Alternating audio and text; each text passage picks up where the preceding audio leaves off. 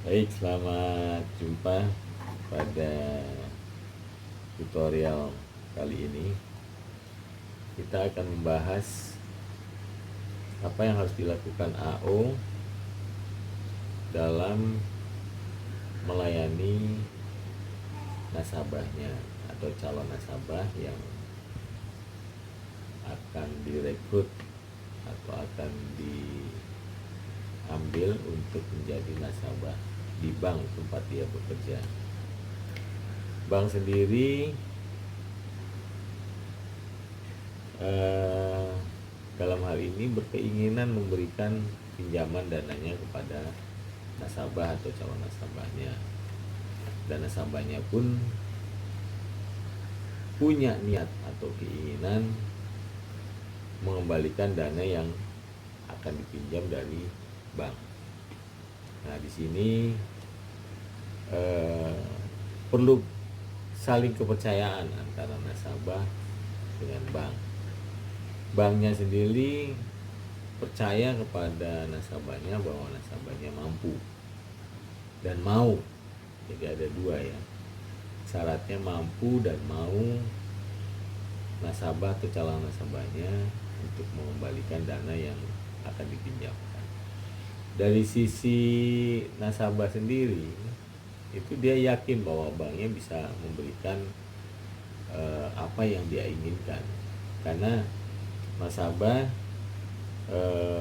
berencana mengembangkan bisnisnya atau memperlancar bisnisnya dengan tambahan dana yang kira-kira diperlukan untuk meningkatkan atau memperlancar usahanya. Jadi AO dalam hal ini menjadi jembatan, ya, jadi jembatan antara keinginan bank dan keinginan nasabah. Oke. Jadi kita awali dengan menjelaskan apa sih kepercayaan bank pada nasabah atau calon nasabahnya.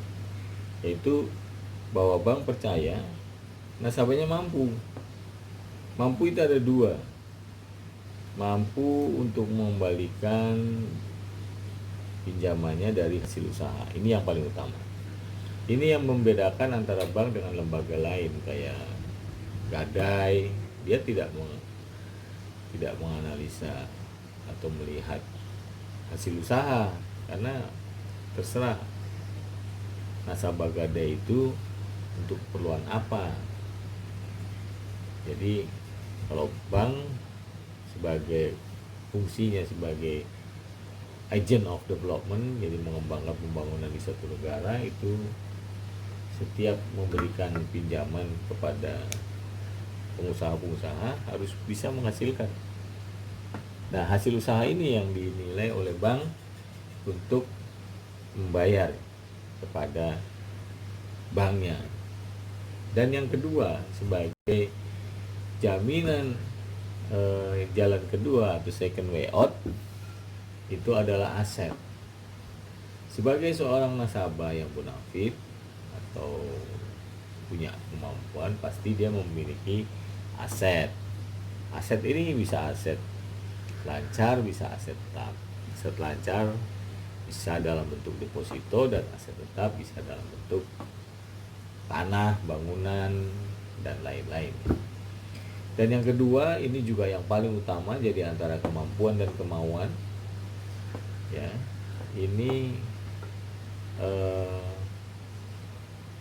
saling melengkapi. Jadi kalau salah satu dari antara kemampuan dan kemauan ini tidak dipenuhi oleh nasabah, maka bank memandang nasabahnya tidak visible, ya istilahnya visible, tidak punya kemampuan, ya, dalam kacamata bank.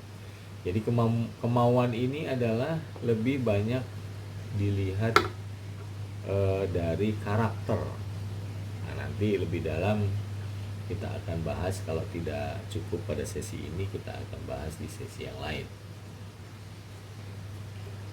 Baik, yang kedua kita lihat nasabah pun harus punya rasa percaya kepada bank, ya. Dalam hal apa nasabah percaya? bahwa dia akan memilih bank yang tepat yang bisa kira-kira memenuhi keinginan untuk membantu usahanya. Ya, kadang-kadang bank juga memiliki jenis-jenis bidang yang ditanganinya. Contohnya kalau mengenai usaha-usaha untuk bisnis kecil, ya itu biasanya orang mengenal dengan di Indonesia ini dengan BRI. Kalau untuk pembelian perumahan, memang sampai saat ini masih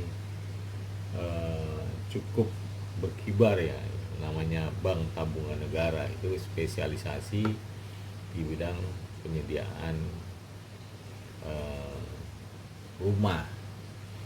Tapi bank-bank yang lain pun tidak kalah ya, kayak bank swasta, bank asing, dia semua berkecimpung memperebutkan bisnis-bisnis yang menjadi lahan untuk menggali keuntungan nasabah-nasabah potensial yang bisa memberikan keuntungan kepada banknya. Jadi bank banyak menawarkan kemudahan-kemudahan. Nah, kemudahan-kemudahan itu nanti yang akan dilihat oleh nasabah dalam memilih bank. Ya, jadi nasabah dengan tingkat persaingan yang begitu tinggi saat ini, itu nasabah boleh memilih karena dia bisa memilih kepada bank yang kira-kira bisa memberikan kemudahan dengan biaya yang murah, kecepatan. Jadi jumlah pinjamannya yang jumlah sesuai, jangka waktunya juga tenor yang diharapkan juga sesuai dengan usaha yang akan dibangun. Nah, disinilah kepercayaan nasabah kepada bank. Jadi tadi ya, bank mencari kepercayaan kepada nasabah, nasabah pun mencari. Nah, apabila kedua-duanya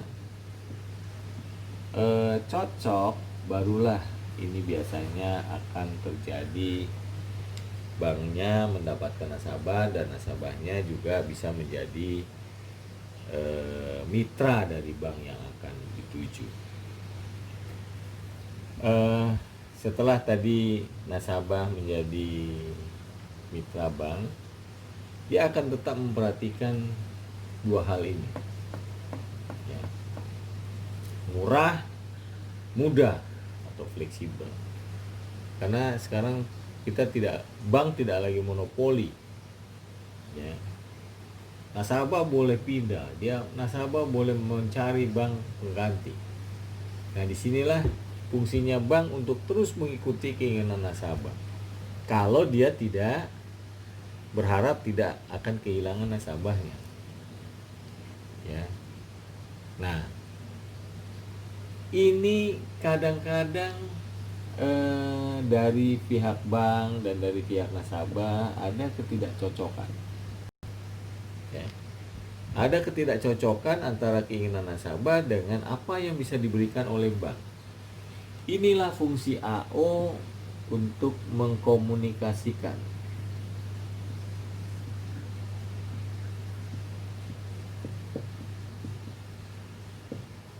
Ya.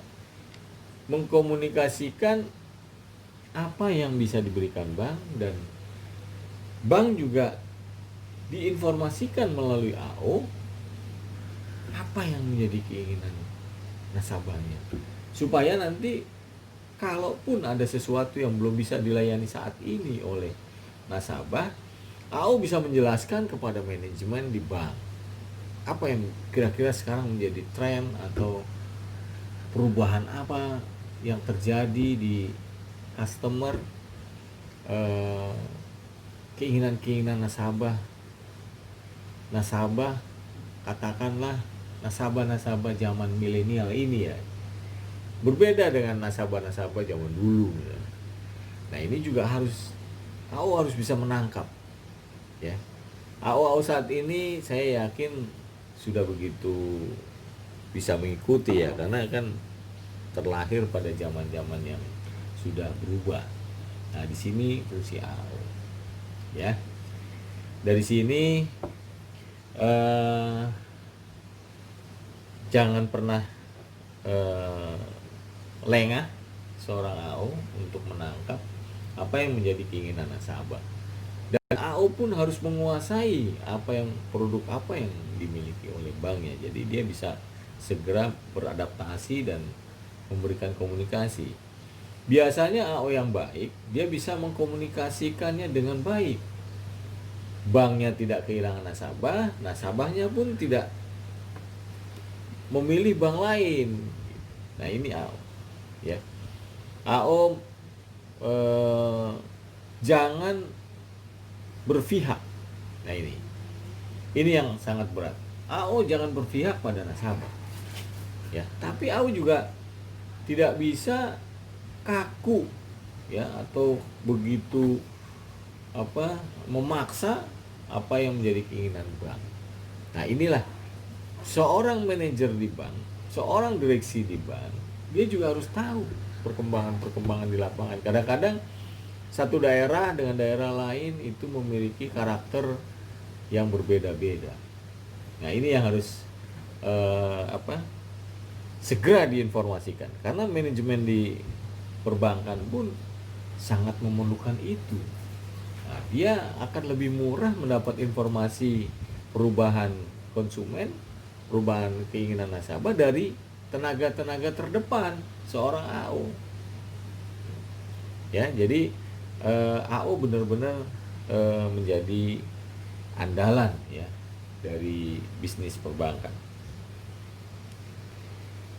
Jadi tadi ya, apabila terjadi tarik menarik atau ketidakpuasan nasabah terhadap banknya, itu menurut statistik nasabah yang komplain itu cuma 10%. Yang 90% pindah. Ya, dia pindah ke bank lain. Daripada dia terus berdiskusi dan bersitegang dengan perbankan yang tidak bisa memberikan layanannya, lebih baik dia mencari yang lain. Dia lari 90%. Jadi ini benar-benar seorang AO itu harus benar-benar bisa membaca karakter, ya. Membaca perilaku nasabah. Nah, perilakunya ini kan kadang-kadang perilaku nasabah ada yang tampak, ada yang tidak tampak. Jadi ada ciri-ciri apakah nasabah ini puas atau nasabah ini kecewa. Nah, ini harus bisa. Nah, ini nanti akan ada sesi tersendiri, ya teman. Ada sesi tersendiri bagaimana AO membaca perilaku atau mempelajari nasabah. Apakah dia sebetulnya puas atau tidak, atau dia masih memiliki rasa kecewa yang begitu tidak bisa terpenuhi di dalam layanan bank. Ya. Di sini ya. Baik, kali ini kita akan membahas apa yang menjadi dasar basic, ya, seorang AO punya kemampuan teori untuk menilai kemampuan bayar nasabah. Nah, kredit sendiri di perbankan itu terbagi menjadi dua besar, yaitu kredit produktif dan konsumtif.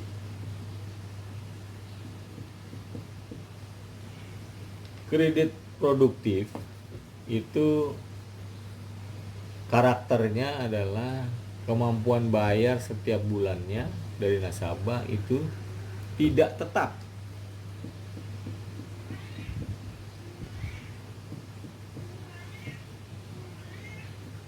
Sedangkan khusus untuk nasabah konsumtif itu biasanya bank melihat nasabahnya memiliki penghasilan tetap. Contohnya konsumtif lebih banyak diberikan kepada sektor tenaga kerja, pegawai, pensiunan, karena dia memiliki penghasilan yang tetap.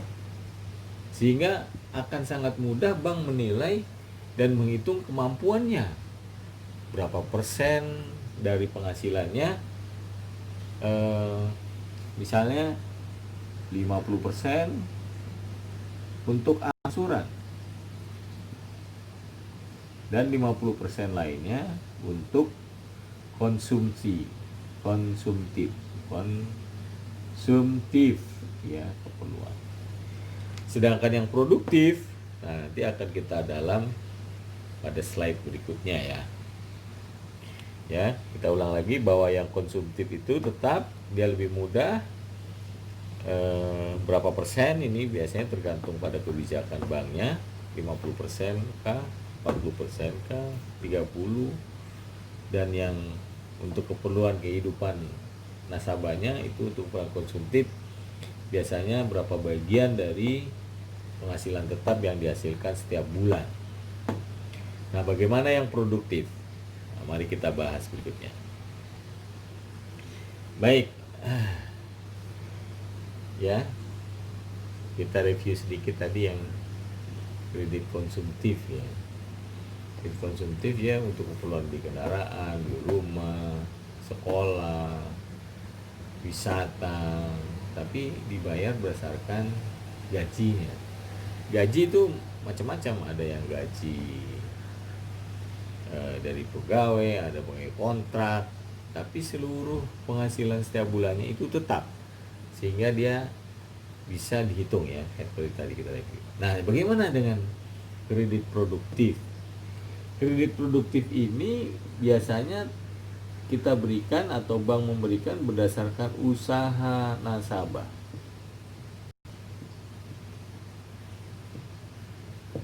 Dari mana? Dari dagang. Ya. Dari industri, dia memiliki industri. Dari perusahaan jasanya. Jadi usaha nasabah terbagi menjadi 3 besar ya, perdagangan, industri, dan jasa. Perdagangan sendiri ya, bank harus menghitung nih berapa keuntungan, potensi. Jadi kita bicaranya potensi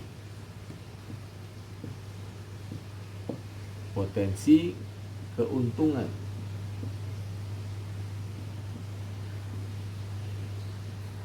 Potensi keuntungan yang diperkirakan akan bisa digunakan untuk mengangsur pinjaman yang telah diterima nasabah. Jadi potensi. Nah, berdasarkan potensi ini nanti kita buat yang disebut atau dikenal oleh AO adalah analisa laporan keuangan.